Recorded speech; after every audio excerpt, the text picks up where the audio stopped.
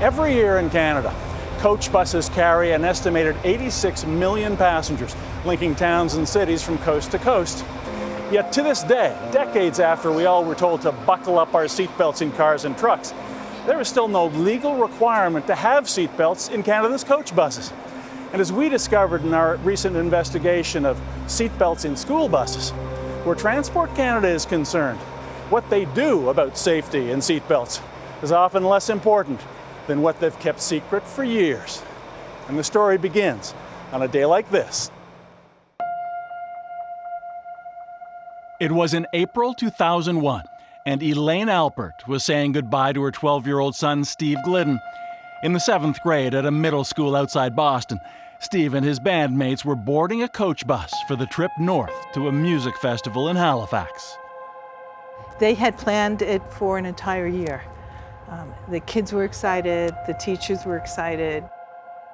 As the coach bus pulled away, Elaine Albert had no way of knowing it was the last time she would ever see her son alive. The next day, she got a call that there'd been an accident. And I turned on the TV and saw that as it was developing, it was a bus that was in Canada that had come from the US.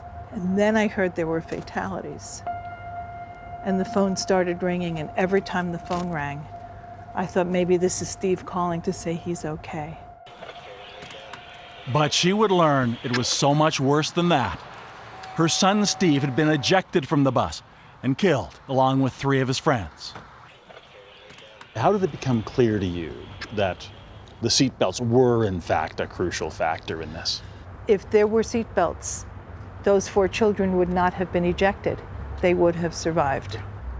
The issue of bus safety, the problem of no seatbelts on buses and the consequence of having fatal crashes is unacceptable. In the aftermath of the Sussex crash, a New Brunswick coroner's jury was assigned to investigate the accident. Today, Chief Coroner Diane Kelley said an inquest is going to try to find out what happened and why. The facts need to be aired. The public have a right to know what happened as a result of that accident. This computer animation shows the bus careening around a sharp turn. A window pops open, and with no seatbelts, the students are ejected out of the bus, then crushed beneath it. When the New Brunswick coroner's jury issued its report, it strongly urged to avoid future death and injury in Canada, seatbelts be installed and enforced on motor coaches.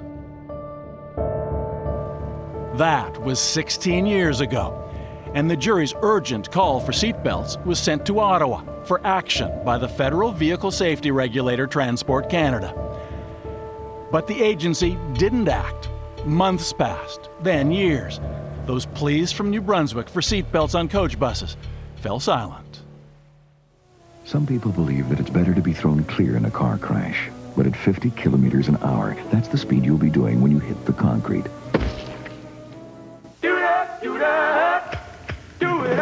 So how to explain this? Back in the 1970s, when seatbelts were first mandated in Canadian cars, Transport Canada was the official persuader. Its TV ad campaign touting the benefits of belts, in particular that in a collision it's better to be in your car than to be ejected. But what was true for cars apparently wasn't true for buses. Transport Canada insisted that in both coach buses and school buses, seatbelts simply weren't necessary. But security cameras appear to tell a different story. In these crashes, passengers in belts stay in their seats. The unbelted go flying. Faced with the adverse reaction of the public to those high-profile crashes, Transport Canada set out on a coast-to-coast public relations tour, consulting what it called its stakeholders, bus companies, bus drivers, bus passengers, reassuring them about the seatbelt safety issue. One of the ideas, bedtime stories and coloring books to convince parents and kids alike they're safe on buses without seatbelts. The result of those consultations was this report from 2001 titled Bus Safety Consultations. Among the conclusions, the installation of seatbelts in buses was not a priority issue.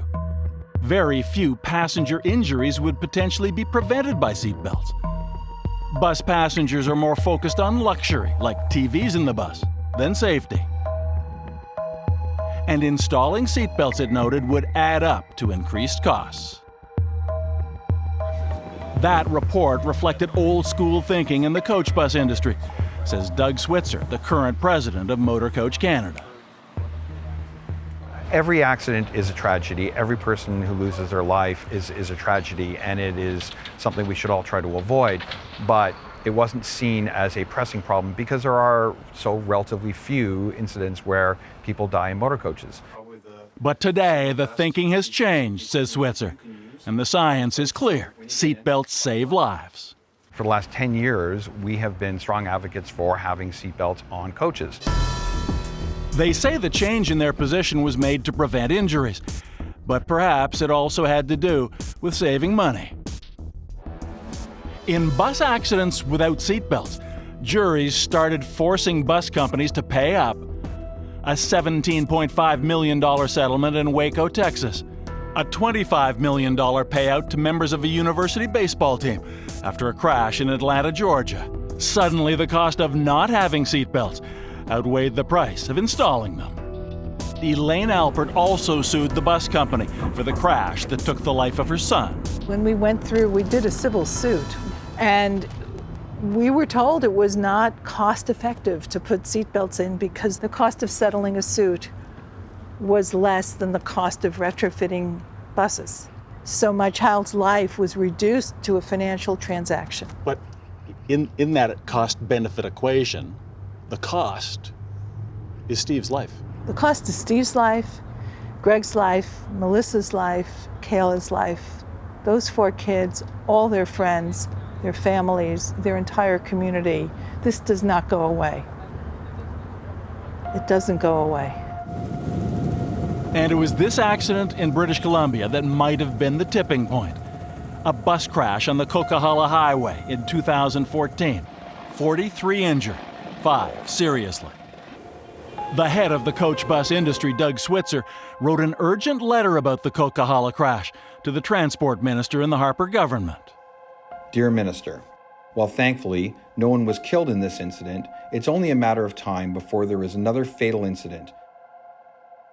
Doug Switzer was particularly concerned about the glaring example of GoBus, owned by the province of Ontario, that was using the lack of a federal law as an excuse for ordering coaches without seatbelts.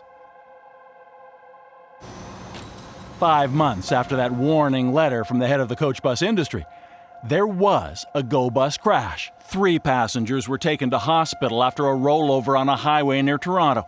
A woman who worked at York University was killed after being ejected. Lisa Rait was the federal transport minister who got that warning from the bus industry. In my case, I turned to my deputy and I asked for information, and my team, my staff, would have received briefings as well. And the information I got back was a couple of things. Well, you know, Minister, it takes a long time to get regulations going. At the time, bus companies, private and public, that because there wasn't direction, specific direction from Transport Canada, Right. were using it as an excuse. It was a time when manufacturers were putting seatbelts in buses. It was basic equipment. Yeah. And They took the option. Go Transit, for example, were effectively using you as an excuse. They weren't putting belts in. Because it wasn't mandatory to have the belts, and they probably had a law saying that the bus driver has to ensure that everybody's belted in if they're under 16, and they probably viewed that as a liability issue. I wish this was a lot more straightforward than it is. It's just taking too long. Between 8 and 13 years to get a regulation changed. It's unacceptable.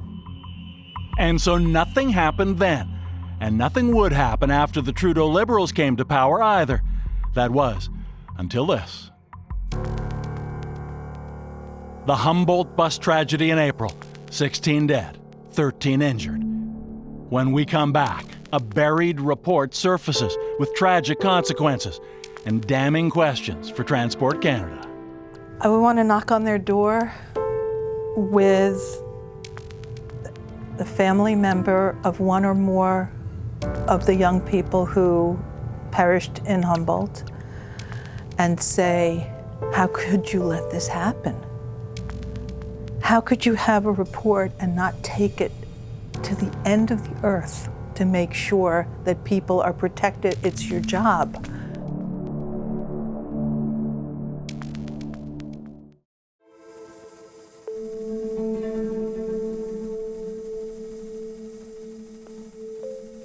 It was one of the worst crashes in Canadian history when the coach bus carrying the Humboldt Broncos junior hockey team collided with a tractor-trailer in rural Saskatchewan on April the 6th. Tragedy struck just before 5 p.m. At that moment, like most of his teammates, Ryan Strajnicki was going through junior hockey's pregame ritual, putting on his coat and tie.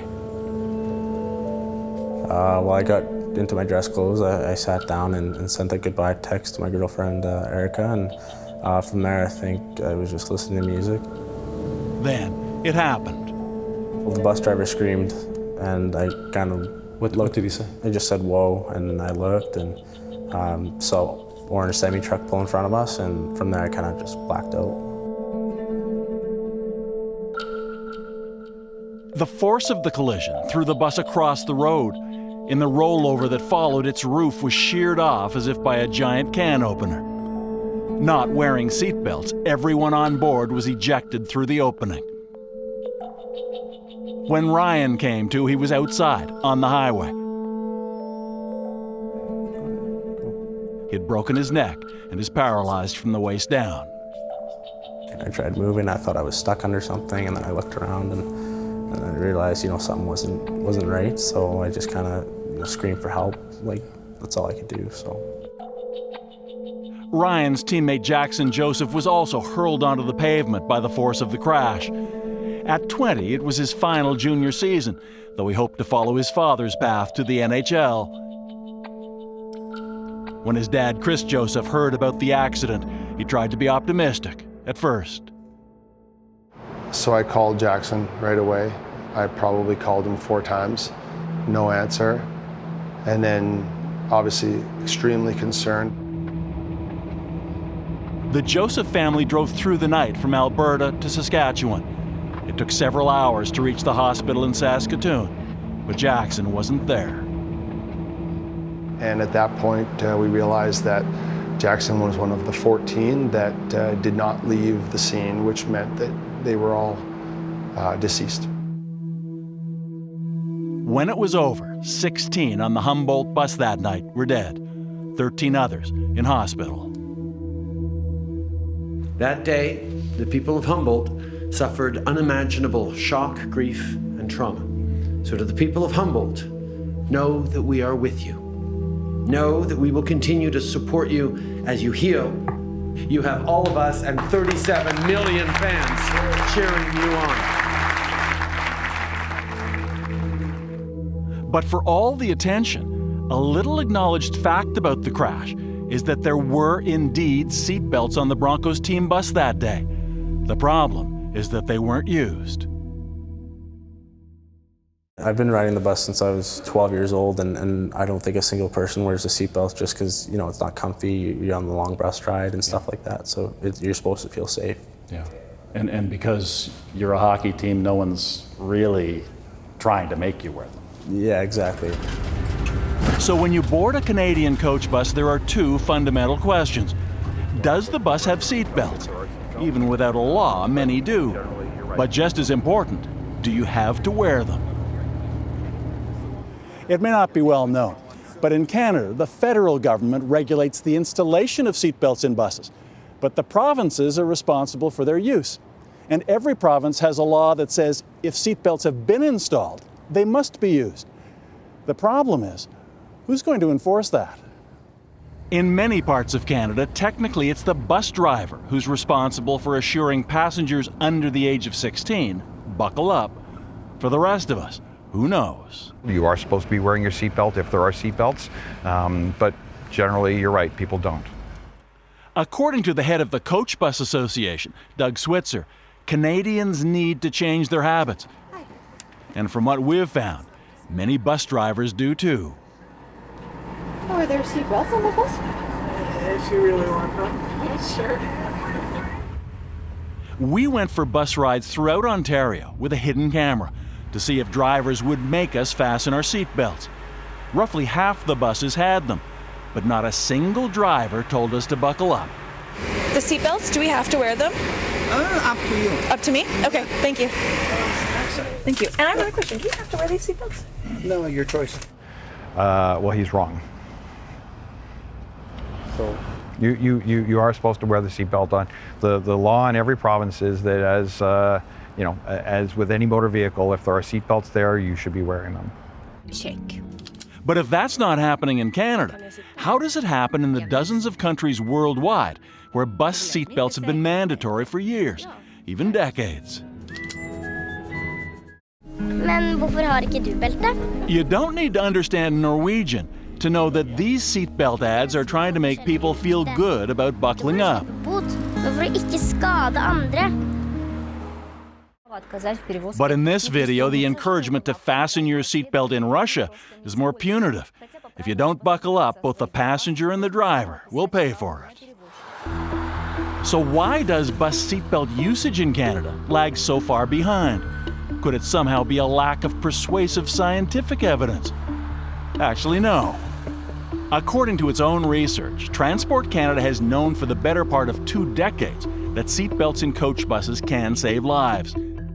Remember this computer animation reconstructing that fatal crash in Sussex, New Brunswick that killed those 4 students on a band trip? Well, it turns out Transport Canada did a detailed deconstruction of that accident. But their report on the investigation ultimately never was made public. And it might have remained that way, if not for this. As we were finishing this story, Fifth Estate associate producer Kimberly Ivany got an access to information request back from the government. In it were the results of that Transport Canada investigation into the New Brunswick crash, and it came to a stunning conclusion. Transport Canada decided that without seatbelts, passengers may be at unnecessary risk of injury during a collision. Those 4 students were killed after being ejected from the bus, but the report said had seatbelts been available, they would not have been ejected. But Transport Canada never told the families what they'd discovered. We asked Elaine Albert to come back for a second interview. Her 12-year-old son was killed in the crash. His name was Stephen. We gave Elaine time to read the report. I didn't know this existed. If that is what we have, and we believe it is, this is the first time we've ever seen anything from Transport Canada addressing what happened that night and what it means and what the lessons should be. The absence of seatbelts in passenger coach buses, quote, may be placing occupants at unnecessary risk of injury during a collision. Had these occupants been wearing seatbelts, they would not have been ejected. They're talking about your son. My son. And presumably, and his friends. Tragically, this would not have made a difference in what happened to Stephen. It would not have, but it might have made a difference for the 16 young men and women in the Humboldt crash, and in others in between. No fault of his own.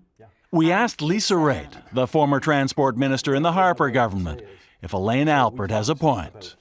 She believes that had Transport Canada followed its own recommendations back in 2001, that by that night in April, when the Humboldt Broncos were coming into Nipawin, the culture would have changed. That 2 decades would have meant that everybody was, or most people were buckling up. So she does the math and she says, well, however many dead over those 18 years, however many injured, that could have been prevented. Do you look at it that way? I can't disagree with her at all. But the reality is, it's just taking too long for all of these things. And in the wake of Humboldt, Rait says that lack of urgency to make change should be a lesson for everyone, whether it's in hockey or politics. yeah, hockey teams should be told to sit down and buckle up until the bus comes to a full stop. If I were minister, I would have asked for funding to do a federal campaign and spearhead it and demand that they do it. That's where the federal minister could step in and show leadership. The federal transport minister today is Mark Garneau. For several weeks, he told us he was too busy to talk, so we went to Ottawa to find him. We'd now be pleased to take any of your questions. Thank you. Mr. Garneau, Bob McKeown from the Fifth Estate. We've been hoping to interact with you. Oh, okay. It's a question about Transport Canada. Do you feel you have a problem at Transport Canada? No, I don't. Are you aware of the report that Transport Canada did in 2001 on a deadly crash in Sussex, New Brunswick, of a coach bus? And the conclusion was, again, the diametrical opposite of what, to this day, Transport Canada's official position is. The official conclusion was that not to have seatbelts on coach buses was an unnecessary risk for Canadians. I can't speak for what happened in 2001, but I will tell you that when I became the Minister of Transport, one of the things that transpired was that in 2017, and I say this before the Humboldt accident occurred, that we decided to examine the issue of seatbelts in medium and large size coaches. Safety is my number one priority. I say it all the time, and it is my number one priority, and I am working to try to make all modes of transportation as safe as possible. Thank you. I have to steal him from you. I'm so sorry. Thank you. But they did make one change after Humboldt, more than a decade and a half after concluding it was an unnecessary risk not to have seatbelts on coach buses. The federal government took its first step towards making them mandatory. The transport minister announced that by 2020, there must be seatbelts on all new coach buses, as has been the case in cars for over 40 years. I think it's time we brought this approach to highway buses too, he said. But for families devastated by Ottawa's inaction, it was long past time. And if it's the right thing to do now, they ask, why is Transport Canada waiting to make it final for 2 more years? Well, I don't know why we have to wait. What are we waiting for? And I just hope and pray that nothing else happens before then. Let's go. 1, 2, 3. But the families of the Humboldt victims aren't waiting for Ottawa or the provinces to act. Today, Chris Joseph is part of the Buckle Up for the Broncos campaign to convince Canadians to use their seatbelts on coach buses. The idea has spread as hockey teams across the country post pictures on social media, urging others to buckle up too. You might get a little pushback, but I think eventually, like helmets on bicycles, like anything, people would start to accept it as the norm. This season, it's mostly a new crop of Humboldt Broncos, though they're playing in memory of those who came before, who left too soon. Get set, go! As for Ryan Strasnitsky, he plays a different kind of hockey these days, as does his little brother Connor.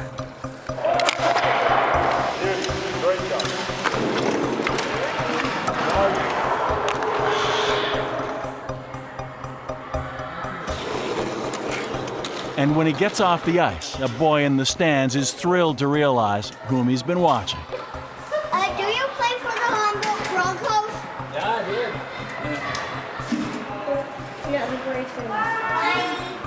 After all the changes in his life, the rink is still Ryan's home, and he will always be a Bronco. So, buckle up.